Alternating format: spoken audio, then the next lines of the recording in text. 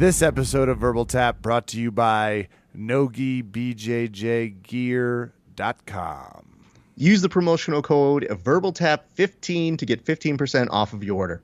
Do it! Is the moment UFC fans around the world have been waiting for. It's time!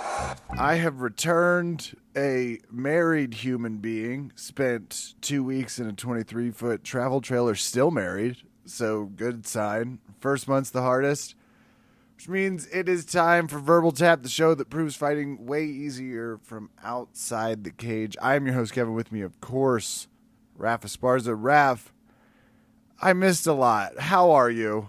You okay? I'm okay. I feel bad because we did do 2 episodes without you. Oh, really?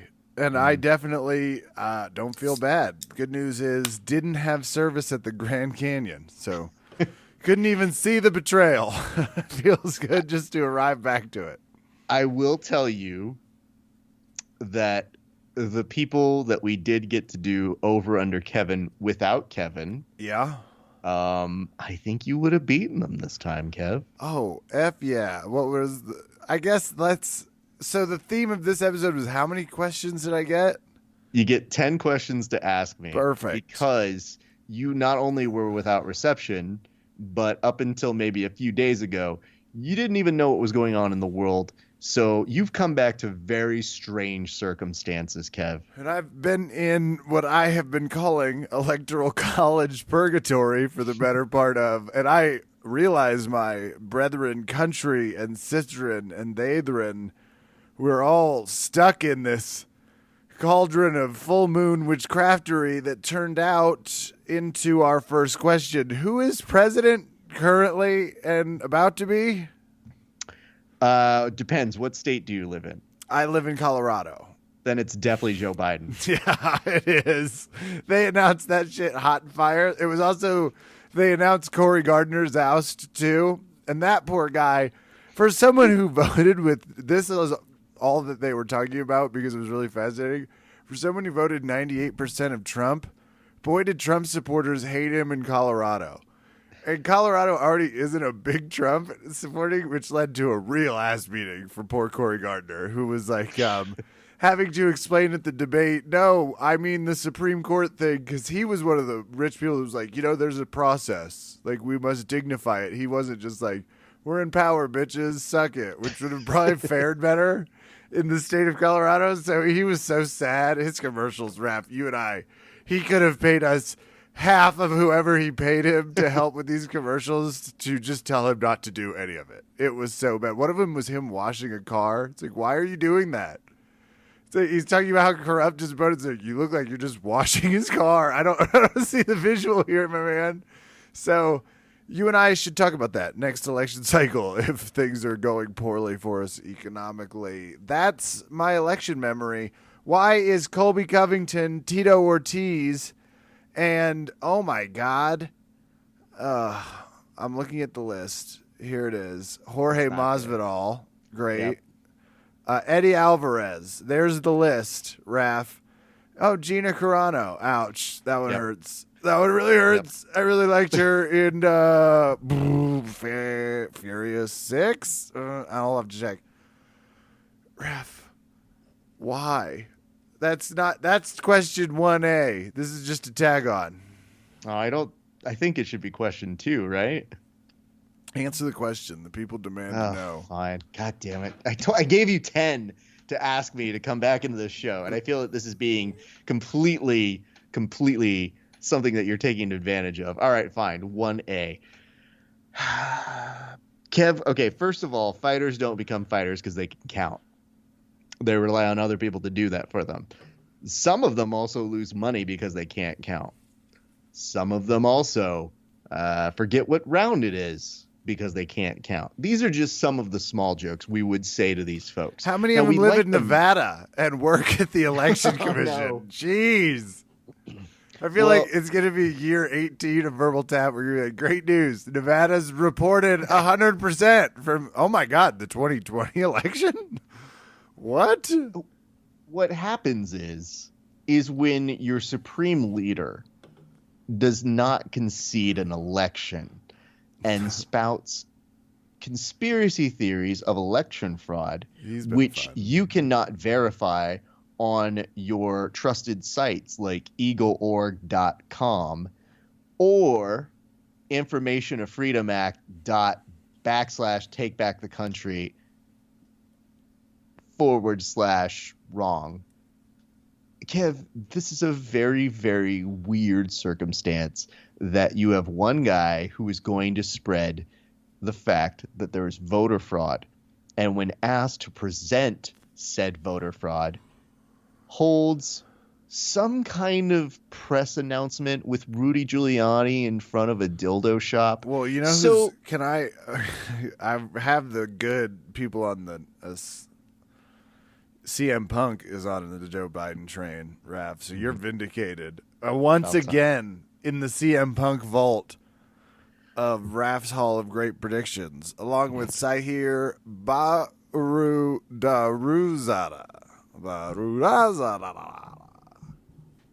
Yeah, Kev, it's just... Sahir, I'm so sorry in advance. I think that we're going to be living in an age where... Mike Jackson. Number 45. Maybe that's what we can just call him at this point. He seems like he's going to take a few days. People are going to have to explain to him he has to get out. It's going to be great.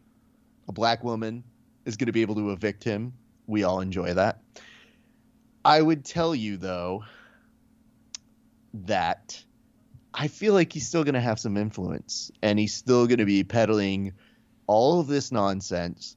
And the reason why for Colby Covington is that if Colby Covington doesn't have Donald Trump, does he even exist anymore?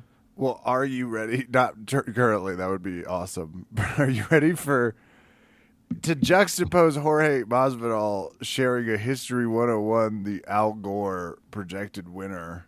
Yes. Which is always a fun history lesson itself. Angela Hill just shared Trump's "I won this election by a lot" with "I want a 7-fight win streak." It's super funny trolling.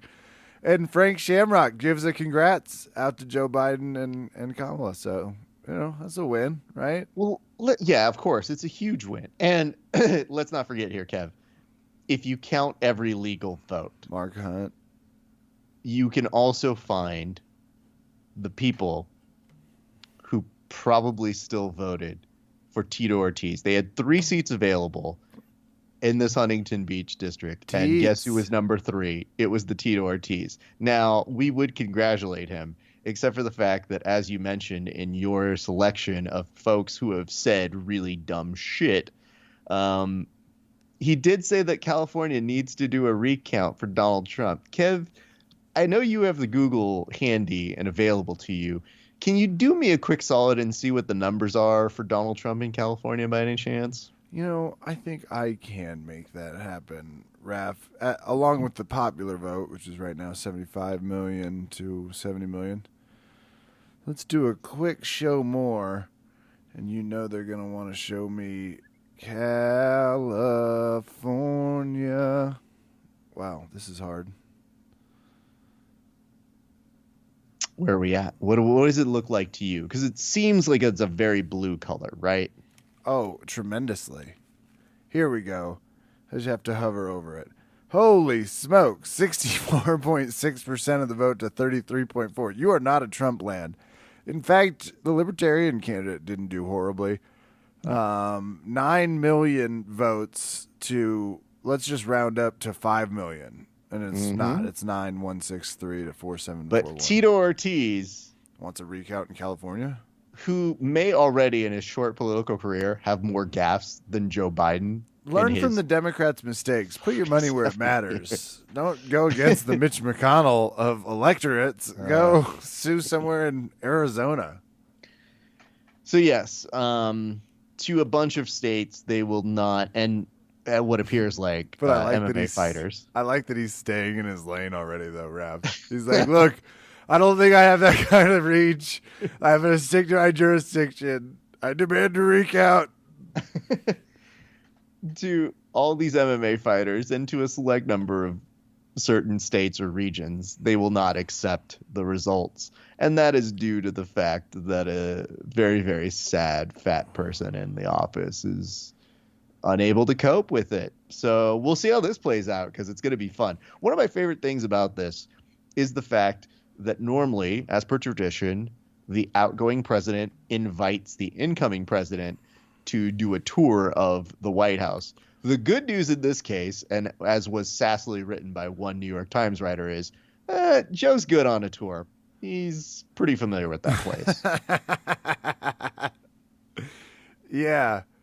It is an interesting the rigged I saw it quickly. It was a weird I get it, you're upset. Like I remember being a little bit more accepting, just angry at the results, not specifically thinking anything had been hijacked except our current soul. So outside of that, it just seemed like the vote was pretty legitimate. It was quick to see how quickly people went from people don't know how to fill out the ballot in Arizona. It's like, that's a terrible argument. Like, you would never let us use that argument for anything. The form's hard to fill out. Like, what the fuck are you talking about? That can't be your argument right now. And it's like, how are not more people talking about it? I turned on MSNBC and there's people talking about it. The Attorney General's mentioned, the Secretary of State's talked about it. It's just ludicrous how quickly some of the social media influenced it. But did I miss anything else election-wise, MMA-wise, worth mentioning? Jorge Masvidal is using hashtag the resurrection, the re-election, which I think might have actually cost Donald Trump Florida in some regions. He wanted it. I would have traded. There's a 50% chance if you got me drunk. If Kamala wasn't involved, I might trade Trump for McConnell. Like if we were rigging. Yeah. And there's a lot of juxtapositions. It's like, wasn't he supposed to be addle-minded and crazy, and now he's orchestrating some sort of large fraud? What are you fucking talking about? All I can tell you, dude, is this. Joe Biden running out during his acceptance speech of somebody not conceding. By the way, I think one of the first times in modern history a presidential elect is actually doing an acceptance speech before the concession speech. So that's a fun little factoid. Someone go fact check that one. They didn't have a phone call. You could tell. No, it's always customary for the American people out there. Your brief history 101, as Jorge Masvidal likes to not call it. But in this day and not history, it's customary that you call when it's announced, especially the 270s knotted up and it's not particularly close. And by close, I mean, to give you perspective, Gore was losing by around 500 votes. Yeah. In Florida. That was ultimately what decided the election. So, yes, thank you, Kevin. And I do love the fact that even as we saw these things happen, there was a certain joy in watching Joe Biden run out to give his speech, because I said that's the most major flex there is to a fat person that can't run. It's just he can't run. You're not going to see Trump do that. So that was him being like, man, look at this stride. And it's the best old person power walk you've ever seen. So he seemed quite elated, and especially hyper elated once they did the fireworks show, because it looked like Joe Biden did not get fireworks on the 4th of July because he probably had to socially distance himself from every person in the world to stay alive. I love Brian Williams so much. He didn't know what those drones were. Oh, no. That really caught him off guard on the broadcast. He's like, some sort of laser light show. No, I'm being told they're drones orchestrated to fly in a Biden. And it was like, wow, the future is now for Brian Williams. It was fucking great. Oh, Vicky and I had a nice chuckle as we listened to him call it on air. And he definitely had a moment where I said, how many songs are they goddamn playing?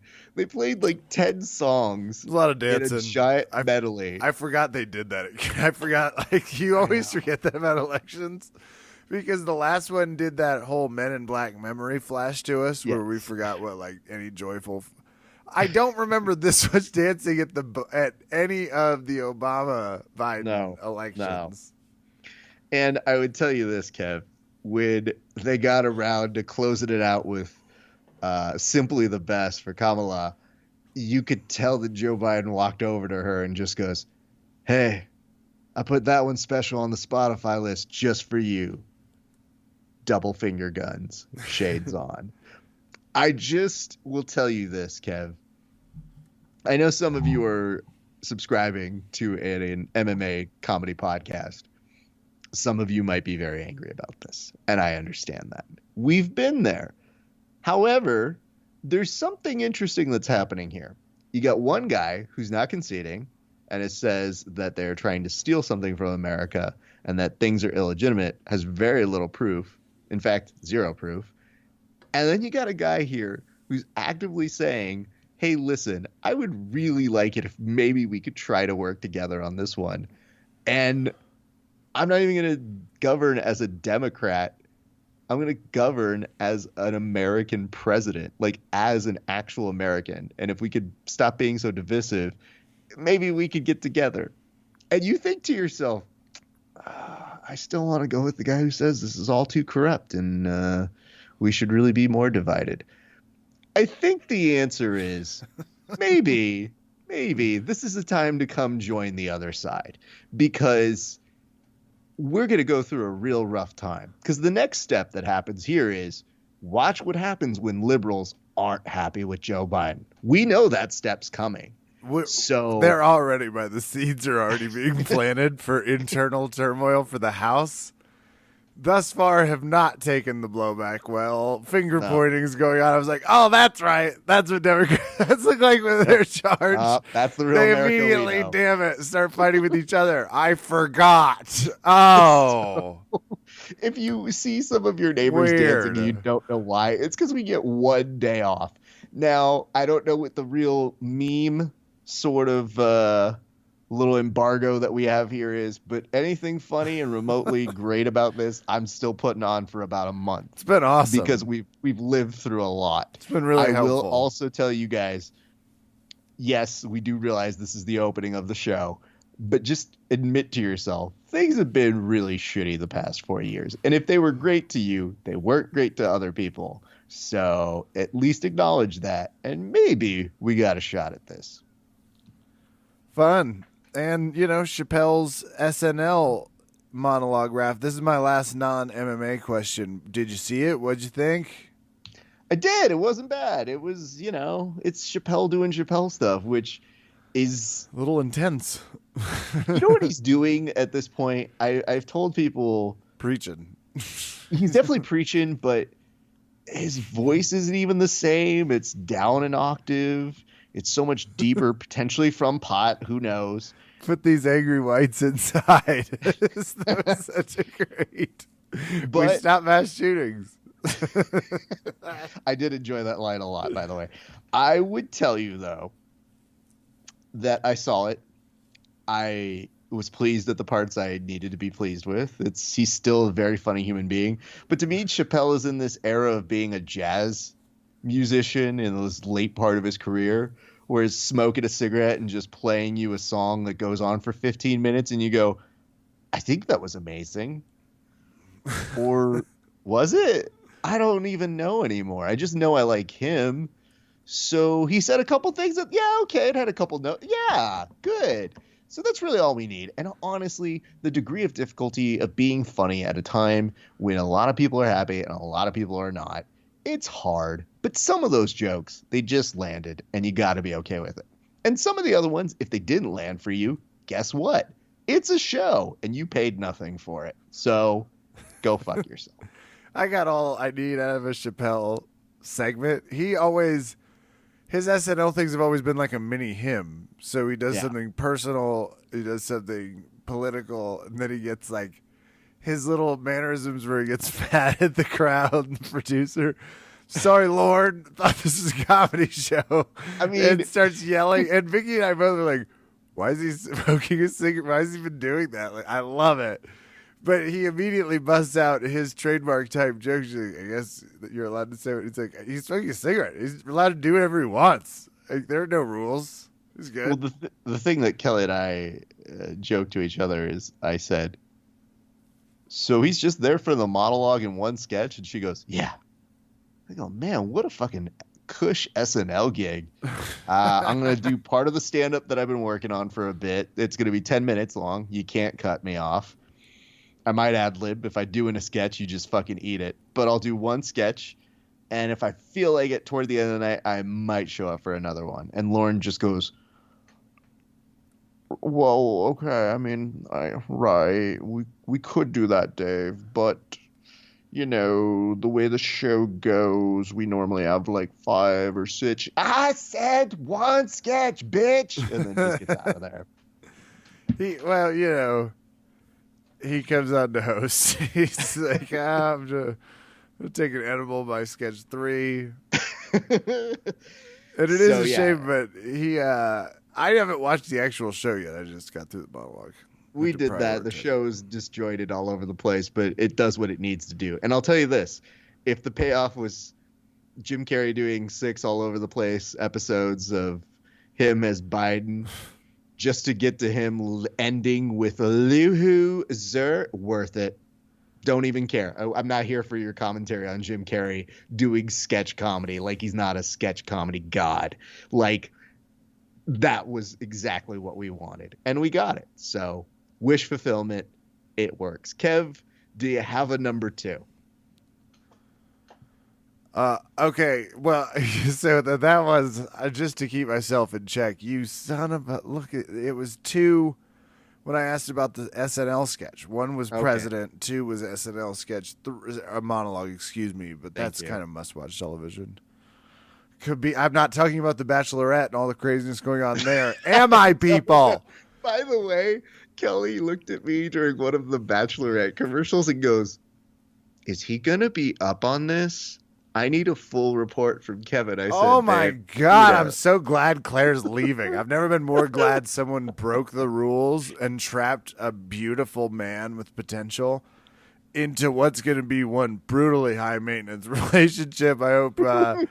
I hope my man's ready for it. They've known each other for like half a minute, and they were like, let's do this. But love is love. If you don't believe in it, what's the point, right? So she out. Tasha's in. Pretty stoked about the swap-a-roo. A little worried Tasha's maybe pretty one-notish and isn't going to be quite as like, I'm ready to take these men. But we'll see. Some good tatted-up guys in there. You never know. Jesus, Kev. Sorry. We're hosting a podcast. I completely. Yes. I might have to edit that out. Okay. Khabib is the next Jordan. What happened? I saw a few memes, Raph. I saw a few things on ESPN. I saw some flashes in the 2 places we resided at a socially distanced meal while on the honeymoon. I saw some things. Okay. I take it Khabib won. I understand and have come to learn he's retired, but the flow of information seemed to suggest it was in a pretty wow factor. He retired in a wow factor, and he's really out for now. What happened? In your most Californians-esque voice. What? Tell me.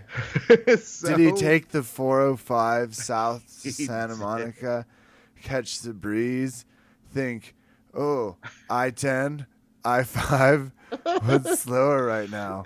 There's something about Khabib not having a car and still taking all of these freeways that makes me really, really happy. Like maybe it's a moped that he drives. Kev, here's what I can tell you. We did a little coverage on this last week, but I'm going to kind of consolidate it for you. This is specific just to you. I don't know this is specific to anybody else. So, number 1, Khabib wins cheating bastard. We might be united in the electoral results, but we've got some things to work out here at Verbal Tap HQ. Go on. Number, what is this? 3. Okay, 3. So, Khabib won, but it was pretty easy. He went straight into the fire, if you would, and then really prompted Justin Gaethje to hit him with some shots, and he had a chin on him, and he was taking him down with ease. And at the end of the first round, he was close on an armbar. Now, we'll come back to this in a second. Khabib was close on an armbar? he was starting an armbar, but he ran out of time. So Been there. then round 2 begins. Khabib goes, yeah, I don't want to get punched in the face. How about I just take him down again? And gets it. And when he does get the takedown, he ends up getting a triangle choke, which puts Justin Gaethje out for just a split second. But when Justin Gaethje comes back alive, he does see Khabib overwrought with emotion to the point where he comes over to console him because, of course, there is a lot of talk about his dad. Now, I've never seen anybody get put out to sleep, wake up and go, what the fuck? Oh, I feel bad for him. Come on, man. It's cool. You did beat me. So it was a very strange but very nice moment that really, really tugged at the hearts of a lot of MMA fans. Now let's come back to this again in a second. At the very end of that, Khabib was crying for a little bit, understandably so, and immediately started taking off his gloves. He left the gloves there. He explained, hey, listen, it was my dad's goal to be a fighter and be a very dominant fighter, but I promised my mom I would only do this last fight. Sounds great. Everybody's good. Lots of talk on if he's the GOAT. I don't believe he is. I would tell you, yeah, okay, he's probably the best in the UFC lightweight division. But in terms of greatest of all time, all over, it's hard to say. And it just doesn't register for me. But quite dominant, quite good. Why did I say we were going to come back to the armbar? What if I were to tell you that the next day, Daniel Cormier said the following 2 things. Number 1, that Khabib, despite needing a towel to get on the scale and looking a little iffy when he went out there, DC, talking about his teammate and friend, said, oh man, he made that weight easy. Dude, there was no irregularities with his weight. To which I say, that's the real voter fraud.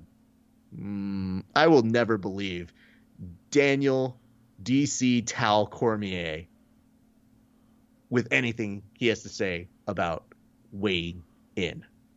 But let's return to the second thing that he said. He talked about the fact that they planned the fact that Justin Gaethje wasn't going to tap. He said if he was in any kind of trouble, he was not going to tap. And he did in a triangle that put him to sleep. But the theory was, as posed by DC, who said this is what they were training and this is what they were doing, was that he didn't want to embarrass, meaning Khabib, Justin in front of his parents because he didn't want to hurt him. To which I say to you, Kevin, do you think that's true? Absolutely. I'm an optimist again. I Oh, believe it.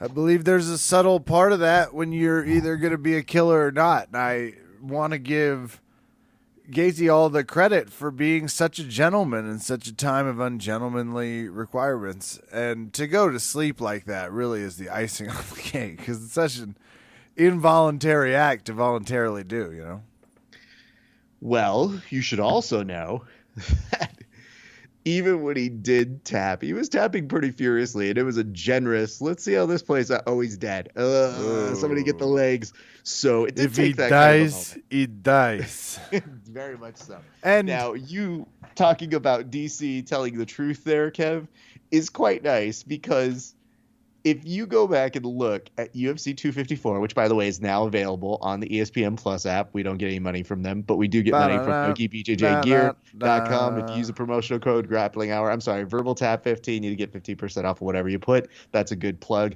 Kev, NogiBJJGear.com. NogiBJJGear.com. Trying to get that out of your head.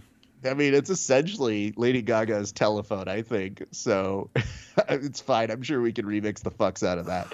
What I would tell you is, Kev, go look at that fight that is now available on the ESPN app, and then look at me in the face the next time I see you and say, you know what? He did move away from that armbar.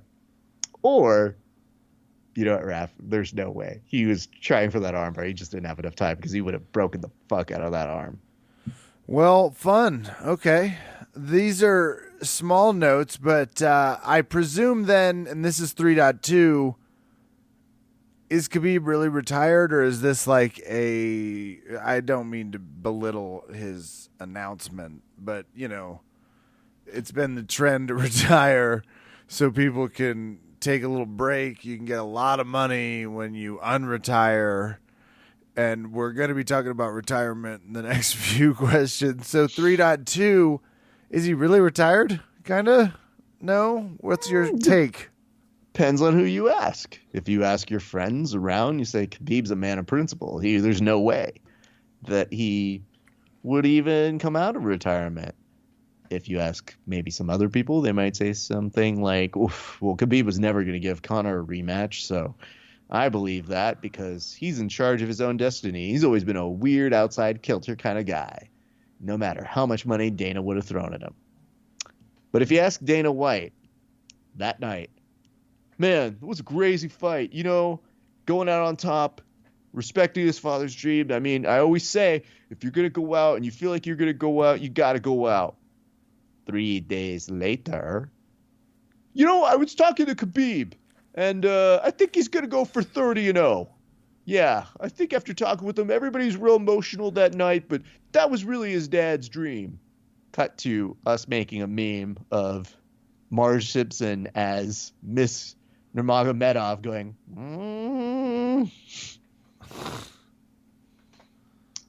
So, depends on who you ask, Kev. I was pleasantly and unpleasantly surprised. It was like, oh, cool. Because Khabib, to me, I know they were talking about what is he, and he's definitely, I mean, I would rank him as one of the best grappling fighters, just from a, damn, man. Like, the guy grapples the shit out of really high-level people in a tough division to grapple the shit out of people in. So from that perspective, I'm comfortable with it. And then it was like, oh, he's damn. Okay, well, I'll hope this is like a first retirement, because I do think we're going to really, he's kind of like the biggest draw right now, isn't he? Not really. We did find out that him and Justin Gaethje drew 600, let's say 50,000 pay-per-view buys, which isn't bad, and especially in today's climate, all things considered. And it was an early day fight. So for all those things and more, good. Definitely one of the names that they have on their hands, but not the name. Okay. Question 4 is, did Anderson Silva go with dignity? How did it happen, Raph? I just need it like a horror movie. I need to know how it ends before I jump in. Why would you ask me this question? You know how it ended. You know in your heart. You may not have read it, but you know exactly how this story had to end, right? I guess with him getting his ass beat. Well, okay. Question 5 is, will he sign with Bellator? So I don't know if you want to tackle them both, but it seemed like one of those moments of, hopefully this is the end of Anderson Silva, but Anderson Silva's cut from more of the Michael Jordan cloth, where it's like must fight and kill, versus Khabib, who's like, you know, I'm going to travel. I'm going to see the world a little bit, find out what's going on, center myself. Like, that's the more like Kevin Durant current approach. It's just a different era of athlete. And it's a real bummer, but did he get just punished? It's Uriah Hall, so you either tackle him or you get knocked out, right? Well, Kev, good news and bad news. He made it to the 4th round, and there were some vintage greatest hits of Anderson Silva in that fight. It's slower, so it wasn't anything like you said, wow, that's amazing, but he made it a pretty fun fight. If it was a 3-rounder, probably would have won, but it was not. It was a main event. There's a moment. Anderson Silva slips up, and Uriah Hall knocked him out in the 4th. And I can tell you this. If Khabib had lost, I wouldn't have cared. I just would have been like, all right, well, you lost, so stick around and have some more fights. Anderson Silva, who does have losses, some of which I've seen live and covered live, this is not the way you want to see him go out, but logically, it's the only way to go out. You might say, is normal. You might also say, oh, fuck, was he dick pills too? Was there steroids the whole time? Is that what happened? Did he have 2 fights left? When asked if he was still going to keep fighting, he said, in UFC, I am done. But, wink, Bellator. So all of us know in the back of our minds, it's still possible it's going to go on. I would say getting beaten that deep of a fashion where it looked like after he got hit, he was still trying to complete a single leg on the referee. Dicey, not super great. I think he really thought about it. He said he has to go home, talk to his team, which means possibly Bellator. But it made me feel a certain way in the sense that that's not the way I wanted to see him go out. Does it logically make sense? Absolutely. It's just a lot to process. So with all that being said, a huge moment for Uriah Hall. They got to talk to each other afterwards. There was a lot of bowing between the two of them. Uriah Hall got to beat one of his heroes, so he had emotions. We compared it a little bit to, and I know this might take you a second to understand, but usually in professional wrestling, you lose your last match. It's said that you go out on your back. And in this particular instance, it did seem to borrow a page from Ric Flair and Shawn Michaels. Shawn Michaels ended Ric Flair's career and famously, before super kicking him in the face, said the following words, "I'm sorry, I love you." Kev, what were the words that Uriah Hall said to Anderson Silva? Was it "I'm sorry, I love you"? Yes, it was. Oh, wow. Okay. I dig it. Is Uriah Hall, I mean, you probably already know this. He must be a wrestling fan. I don't know, but here's what I can tell you. I said that live because once I heard that, I go, knew it, staged. That's how it had to be. Or, think about it like this. We used to joke that when Anderson Silva was in the Matrix and couldn't be beaten, and then of all people was Chris Weidman, we're like, how did that happen? I mean, obviously props to Chris Weidman. He did it, and it's something we can see. We can go back and revisit. Maybe Anderson Silva was too cocky. But there was that element that has been supported over the years where Anderson Silva, much like GSP or BJ Penn, tells you about the weight that comes with holding on to that championship and says, hey, listen, can someone take this off of me? Because I want someone to just have it. So to me, I thought, it's a real bad conspiracy theory. But he did just say the Ric Flair shit to him. Well, all right. I'm not even mad about that. That could exist. That should just be the world's best coincidence, and I have no issue. I said that live on air. You know who motherfucking said that 2 days later, Kev? Who? Ara Hawani. So I'm going to tell you this right now. The real conspiracy is that Ara Hawani needs to stop copying and jocking my shit. We told him. He could go somewhere else. We told him in the lawsuit. He knows. He knows. Granted, grappling hour, MMA hour, dicey. But that doesn't even exist anymore. So no one really cares about that lawsuit. I'm just saying he has to stop copying me. End of story. Well, no Moss impressed with Ariel. He already knows what he did. He's been listening to this show, hot taking it on his podcast for years, and the ESPN just bought right into it. So outside of, I guess 5 is we might see him in Bellator. 6, what else did I miss MMA wise? Anything big I should look up and catch up on? There were some awesome knockouts and fights. I'm trying to think of the ones that jump to mind, but there's definitely, I think, one of the best knockouts I've seen in some time, and I don't remember if you were around for it. I think you might have just left, but Joaquin Buckley, I think, were you here for that one? I think, yeah, we talked about that one. It was the Mortal Kombat spinning back kicked him, and then he was fine. Yes, you were here before that. That was an amazing thing. Yeah. That became the most haunting back kick. Remember, we voted it over the Sella. Uriah Hall. There we go. Talking about fighters. Absolutely. Bobby Whitaker looked good against Jared Cannonier. Was beating the fuck out of him there.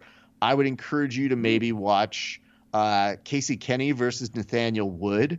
I watched that one remotely after the event. So after that pay-per-view, UFC 54. And I watched it knowing it was close, and kind of knowing what the result was.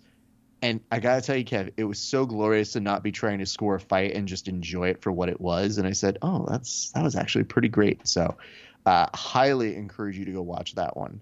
And then looking over at some of these other ones, nothing too crazy. Bellator, Gegard Mousasi, he's won again. He's their champion since Lovato let go of that title due to his not being able to compete and be cleared.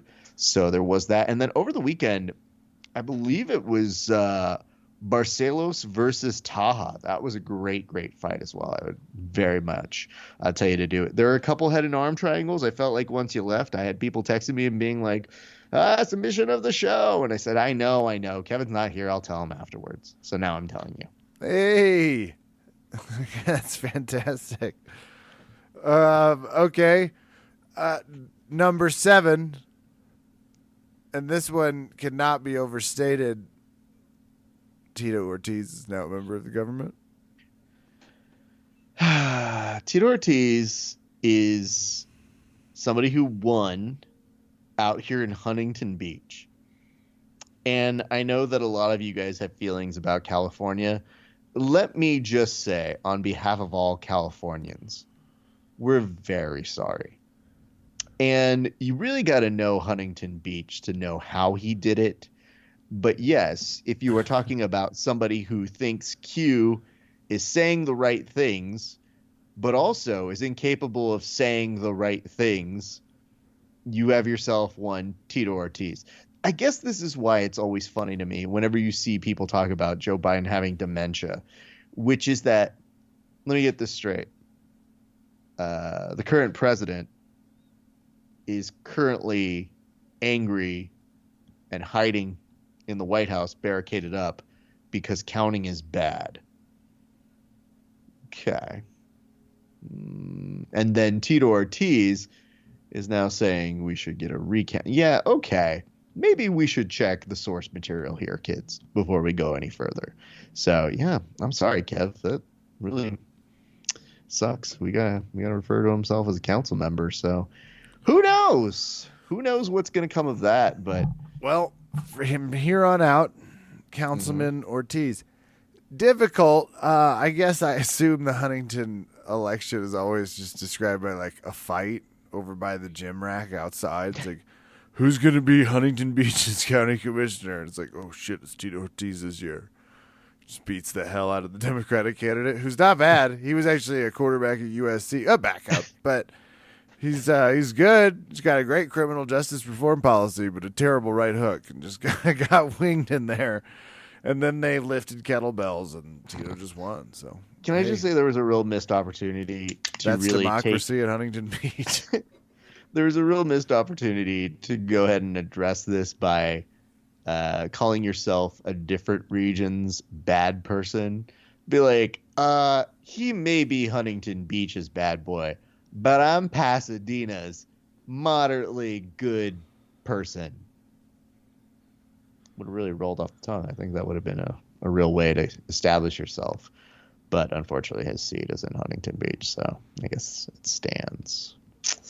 Well, this is good research for the future. If you keep, your nickname with where you're going to kind of caucus, I think you stand to win your area.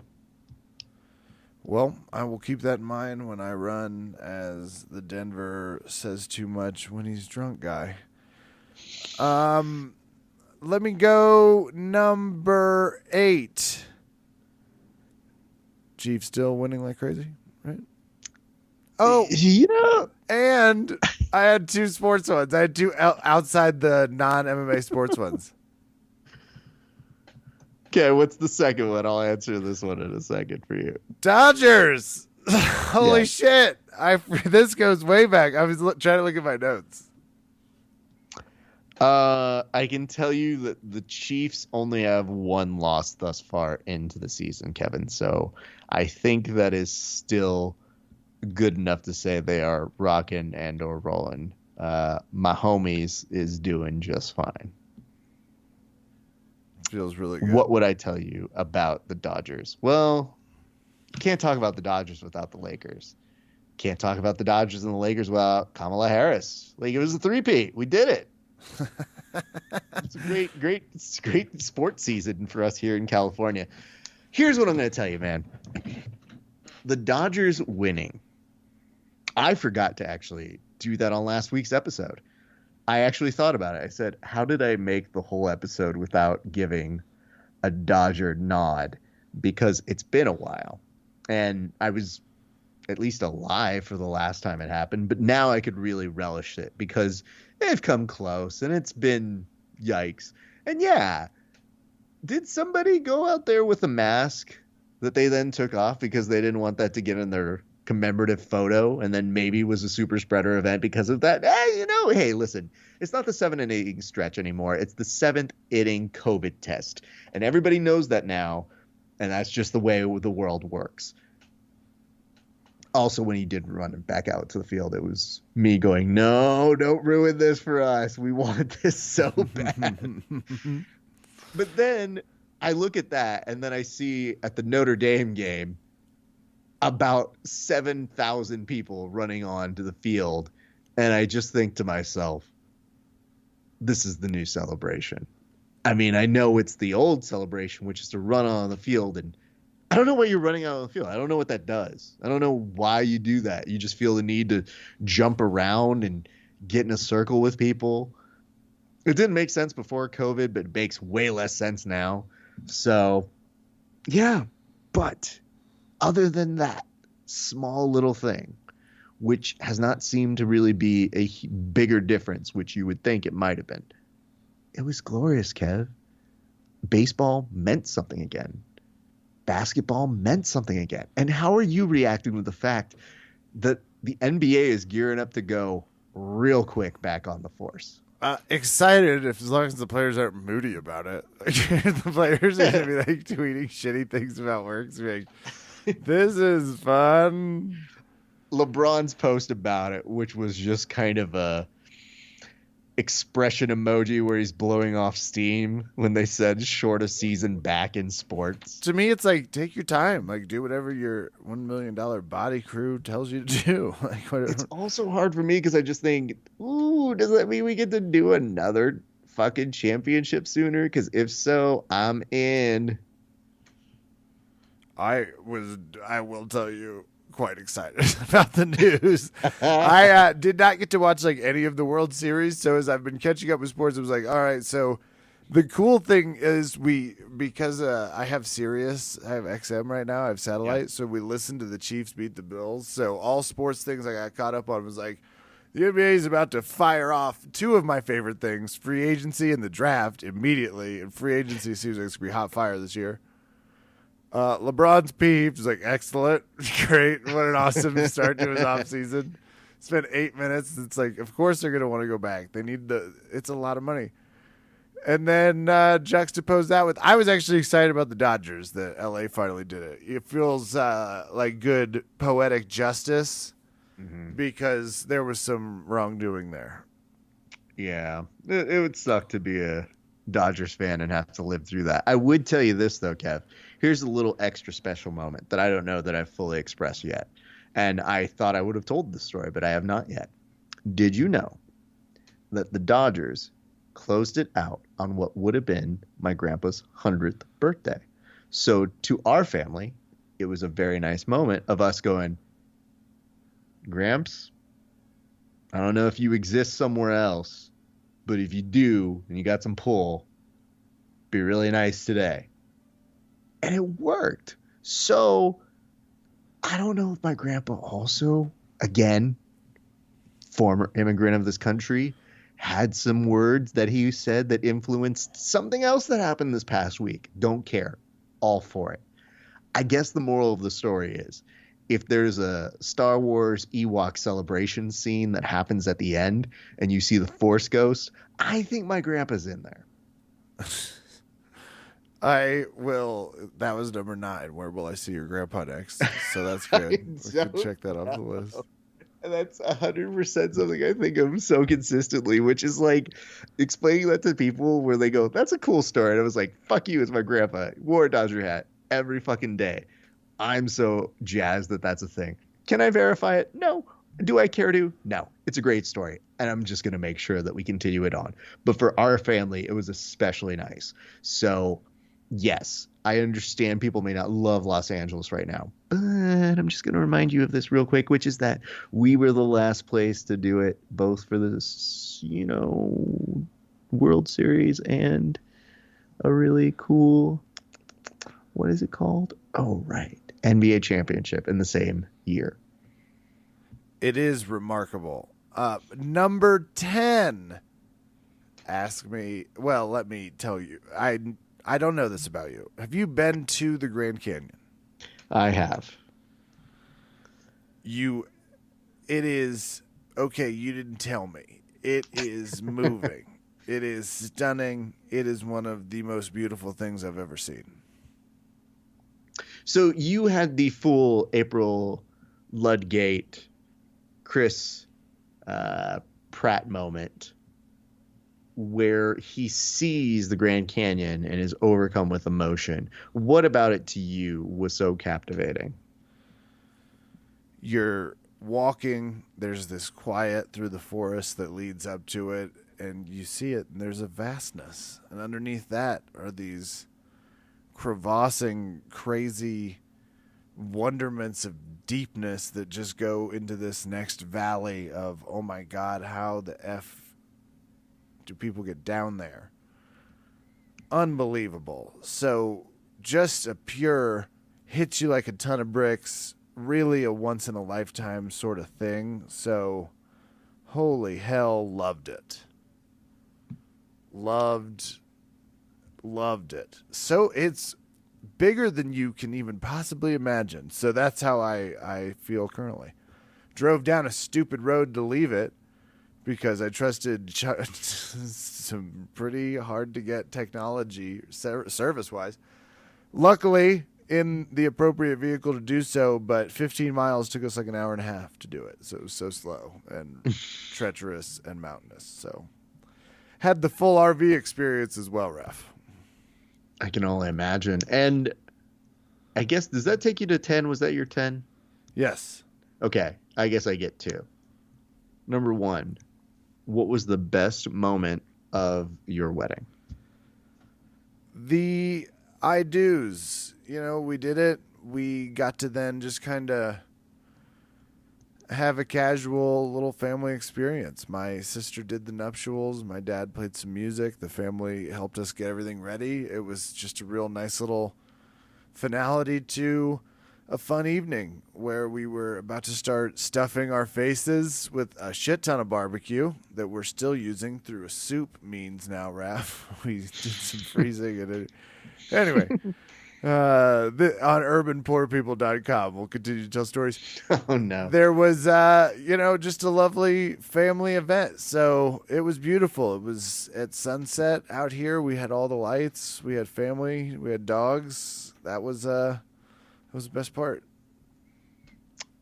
Was it weird? This is actually 1A. Was it weird with the COVID whole situation? Because I know that you had to kind of scale things back. Obviously, we mentioned previously, I would have loved to have been there, but you made the very smart and wise decision to kind of scale it down. It was so weird. It was very weird because everybody's here and it's like, it's a wedding. It's 12 of us. Hey, people did do some distancing, especially people and there was still lots of mask wearing. But it's weird. Yeah, we had to cut everything. We didn't even have a caterer. I just went and picked shit up. So that's where it's great to have a family. My brother-in-law, my El Cuñado, was heating up the barbecue and getting everything ready to serve. So right after the ceremony, he bolted in to get that ready so we could do that next. And it's sucks because the best part of any good wedding is you get to have like your friends together for a crazy dance party. Your dance party at your wedding was fucking unbelievable. It was epic. It was exhausting. It was so much fun. Like I got tired. That is the unfortunate part about having a wedding, is that you do only get like a certain amount of time with everybody. So there were moments when I'd look at people and be like, you are scheduled at 9:40 on the dance floor. If you miss it, it's fucking your fault. And people would just be like, I gotta keep dancing. And I was like, that's right, motherfuckers. We I just paid wanted for to this dance shit. with Monty all night long. Like that was my dream. Now, I guess the reason why I ask if it's weird is because you have the weird element of, normally when you put on, say, a show, or in this case, a wedding, there's a crew that puts on the show, and then people who walk in, they're the audience. They get to kind of spectate that. People are so helpful. Here, it was almost like a double billing where the people were putting on the show and then being like, well, I'll seat myself. Now time to enjoy it. All right. Correct. We built. I've got to go do the thing now. We built the arches. The barbecue guy. You would enjoy this fucking barbecue guy. They were a little late. Look, it was delicious, but they were about 14 minutes behind schedule. I was picking it up at 4:30. I was like, well, if you're gonna drop it off 5:15, if we're gonna pick it up 4:30, they're like, okay, perfect. I was like, but that's, we're serving close to that, so 5:30. 4:30, and it was like 4:46. I'm like looking at them. They're like, "Can we get you a drink?" It's like, "Fuck no! I gotta drive across town. I can't get a DUI on my way." Come on, damn it! So real fun moment of me white knuckling. I was like, "Are we close?" They're like, "Yeah, we're really close." So weird. And I even got a text from Vicky that's like, everything okay? We almost messed with her because I was with one of our friends who was helping, our family friends that was helping. And we almost texted like, hey, can't find Kevin. Need to push. No. But it was like, no, we're not stupid. We're not trying to office wedding the old-fashioned way by me being a jerk. So didn't do that, but came back, got ready. We did the balloon arch. I was everywhere. We hung the lights, so it was a real family effort. I bought a lot of food that week.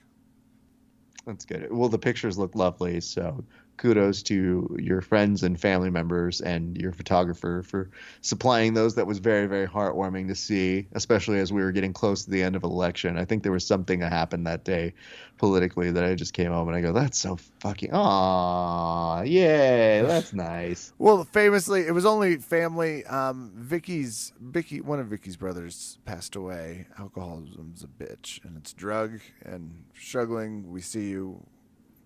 We're here for you.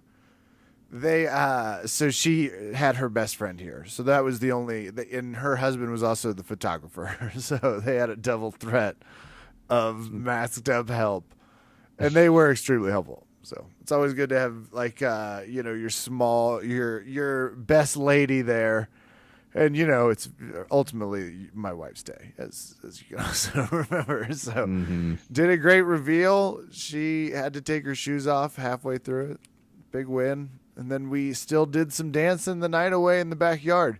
People did get an interesting stare because it's like an urban downtown city environment where our backyard faces Rocky's parking, which has become like just a COVID park where people walk dogs and rollerblade a lot. Rollerblading's back. I think I mentioned it, but rollerblading. I don't think so, but okay. Rollerblading is back in Denver. It is here.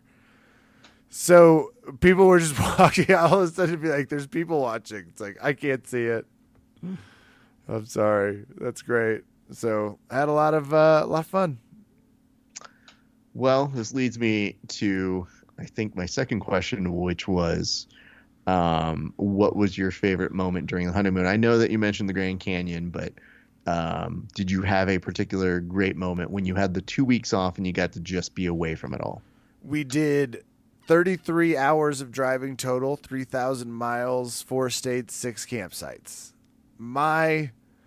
It's tough because we, at Elephant Butte, which is this gorgeous reservoir in New Mexico, we got in the water, which I had been there previously with my family on a houseboat. We just did an awesome vacation when I was younger. So we went back to that. Obviously, COVID played a role in our honeymoon, too. It was in a travel trailer, not the south of France, which would have been the desired location. So what can you do? We definitely scaled back some budget things so we could continue on with our lives and stay safe and not worry about all of the things going on right now. And then the Grand Canyon, man. But we also, Sedona was beautiful. Sedona, Arizona, we went on a nice hike into the desert with not enough water, but we just went and crushed it. It was a spiritual vortex raft, so we like to think that and the dancing in the naked moonlight I did on the full moon of Halloween is what reversed the election. I single-handedly think I helped fix the energy in Pennsylvania. So, Well, between my grandpa and your moonlight dancing, I think we really have covered just about everything. I would tell you this. I think that it is wonderful you got to do that. I understand the scaling back of a honeymoon. Totally not something that sounds great. But if you really want to put things in perspective, and again, they don't have your special day on this particular thing that you would probably understand in just a second. But when I reveal it, it'll make sense. If you ever really want to feel better about something, watch any of the game shows that were filmed before any of the COVID that not only have audiences, but participants who win trips on those shows. And then ask yourself, I don't think they're going to get to take that trip. Ugh, it's not going to go well. So when they tell a woman who has 5 kids who goes, Elizabeth Banks on Press Your Luck, I've got 5 girls and we love Disney and we just bond over Disney and oh my God, we want Disney. Cut to Kelly on the couch going, girl, you ain't going to Disney. And it's just so sad. So, it's a little bit for everybody right now. But what I can tell you is, as you mentioned, special days, definitely more sides for the wife. It just sounds like it was a great day and that you guys got to be happy and that your family was there. And honestly, that is key. And that is so nice that it happened for you, man. So I'm very happy for you and Vicky. Congratulations. thank you. You wrote nice notes. So we certainly felt the love, even though it's global pandemic. And 70 million I'll put it Americans to still disagree. So I know. Yeah, you can't, just because you're over it doesn't mean it's over. I would say to our friends who are listening, especially because we have somebody directly involved with, your side and my side who kind of help people at a very particular time. So they kind of see it right up front and in the face. So when people say it's fake or that it's not something that affects us, it does.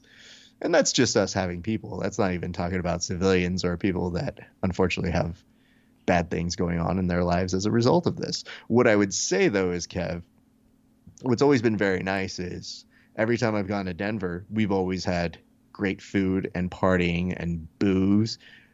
That's just a matter of when. And that's it. We're going to have one of those times and we'll make up for lost time later. But by all accounts, it was so great. And I just so people know the dynamic that happens on this show is that I am very, very detail oriented in terms of when do you want to go, what time, let me figure this out. This was me leaving Kevin alone in the most relaxed of way of being like a wild animal returning back to his surroundings. He will message me when he is here. I've returned. It took a day to sober up, but made it. Pagosa Springs, I love you. Raph, I think that'll do it for us, right? That's the show. We're back. It's nice. We missed you for 2 weeks. We're out of jail, everybody. No more purgatory. It was very interesting to host 2 shows. And I got to tell you, the people that we brought on for Over Under Kevin Without Kevin were Dan Tom and Keith Kokorian. And if you want to know the result, it was Keith Kokorian 2, Dan Tom literally everything. Jeez. Okay. So I told Dan Tom that he has won the honor of coming back on the show to take on you in the future. And he is very excited about that. And Keith was very excited about, not excited, I guess. Keith only got 2? Yeah, think it was 2. And in fact, I actually stopped counting. How did he accidentally not get 4? 4 is. I'm gonna eat candy corn in his honor. 2. Sorry to the people. I'm sorry to Dan the Tom was running up the scoreboard. I just stopped counting for Keith, and I said, I think it really is 2, but I'm just going to not do him the service of telling him how many, because it got real bad and real quick. Like, we're talking, these were California election result numbers where I go, oof, we don't even need to tell you it's at 10%. You know how this went. Call it. California goes for Biden. I would tell you this, though, Kev. Keith's punishment, they made a food bet. And the food bet was, if Dan lost, he was going to have to eat 50 McNuggets. Ooh.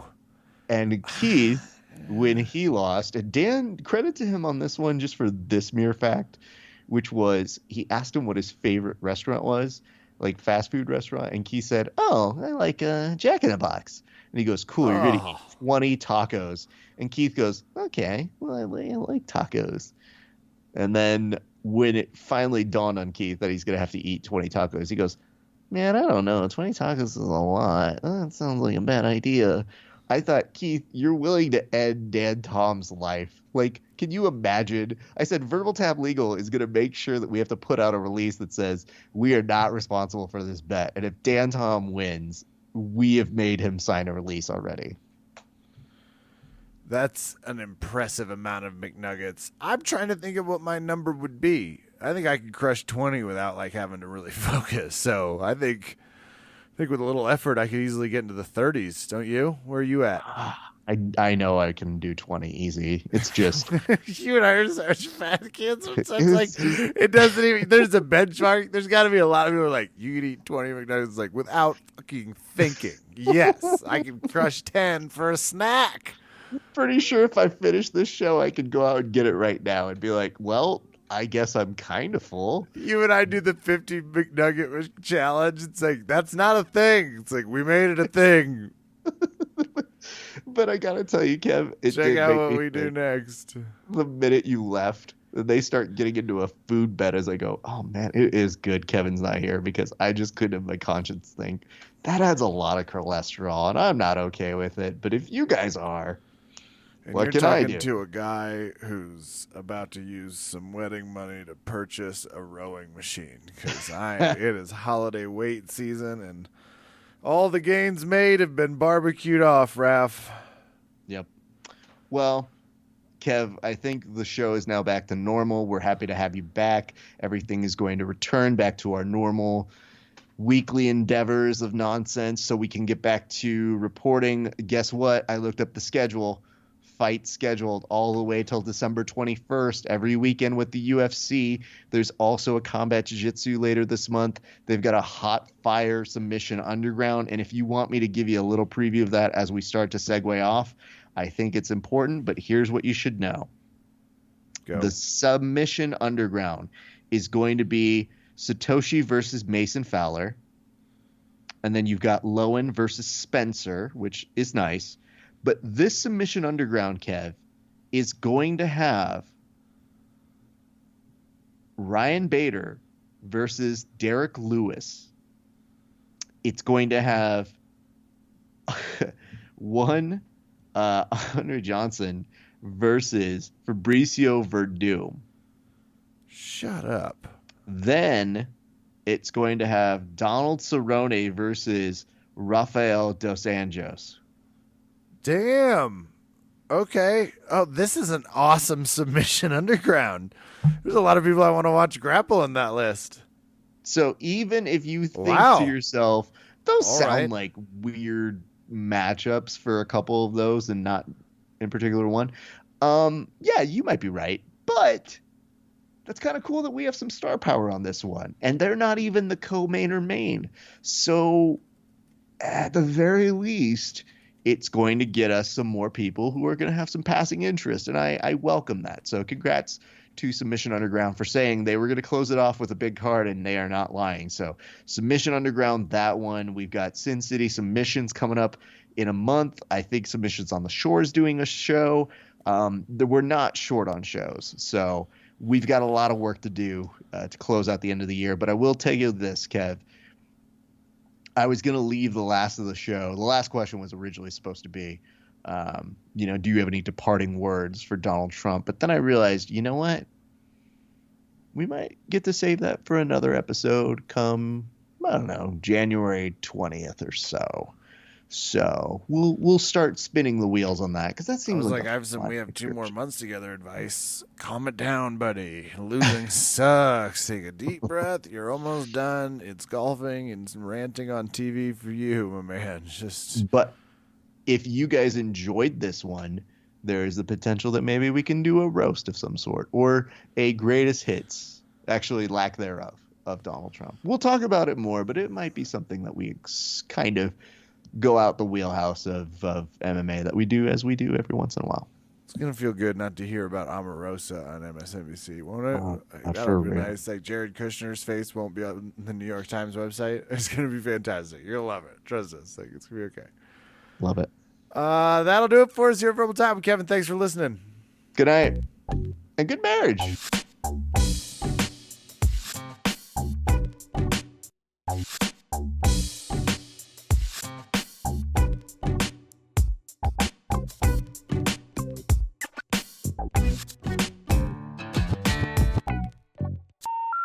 The number you have dialed has been changed.